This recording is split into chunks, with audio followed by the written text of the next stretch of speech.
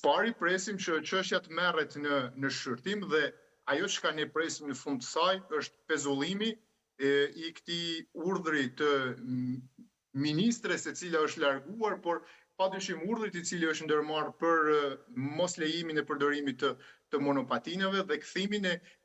një normalitetit gjithë atyre të cilët të paktën kanë atë dhe sot po e lënë thjesht në shtëpinë e tyre një pronë cilën ato nuk e përdorin dhe nuk është kthyer në eficiencë pikërisht sepse dikush ka vendosur që kjo të mos ndodhë me thjesht një video të publikuar në rrjetet sociale. E nëse gjykata nuk e pezullon këtë vendim, cili është hapi që do të marrë qendresa qytetare apo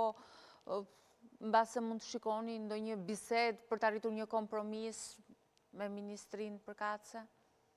Unë e thash padyshim që nëse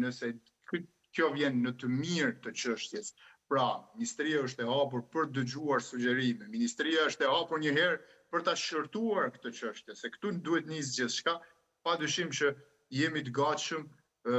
i një komunitet të cilin ne e kemi parë edhe në protestë, një komunitet i cili e njeh çështjen dhe është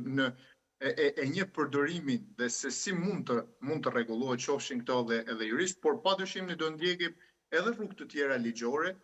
jo vetëm gjykatën kushtetuese, por nëse ky hap nuk kalon në gjykatën kushtetuese, padyshim do shqyrtojmë të gjitha alternativat e tjera ligjore se ku ne mund ta ndjekim një çështje të tillë, gjithmonë për ta quar të paktën deri në fund dhe për të rikthyer një formë alternative të përdorimit të transportit shtetasve shqiptar, të cilën e kishim dhe tashmë ja kanë mohuar. Në fakt, haruam pa përmendur edhe mjedisin, se janë edhe mjete ekologjike. Prandaj e thash, të gjitha ato të cilat janë promovuar, mjetet, makinat elektrike, monopatinat, motorët elektrik, është gjetur gjithmonë forma se si pas motivimit parë, ti demotivojmë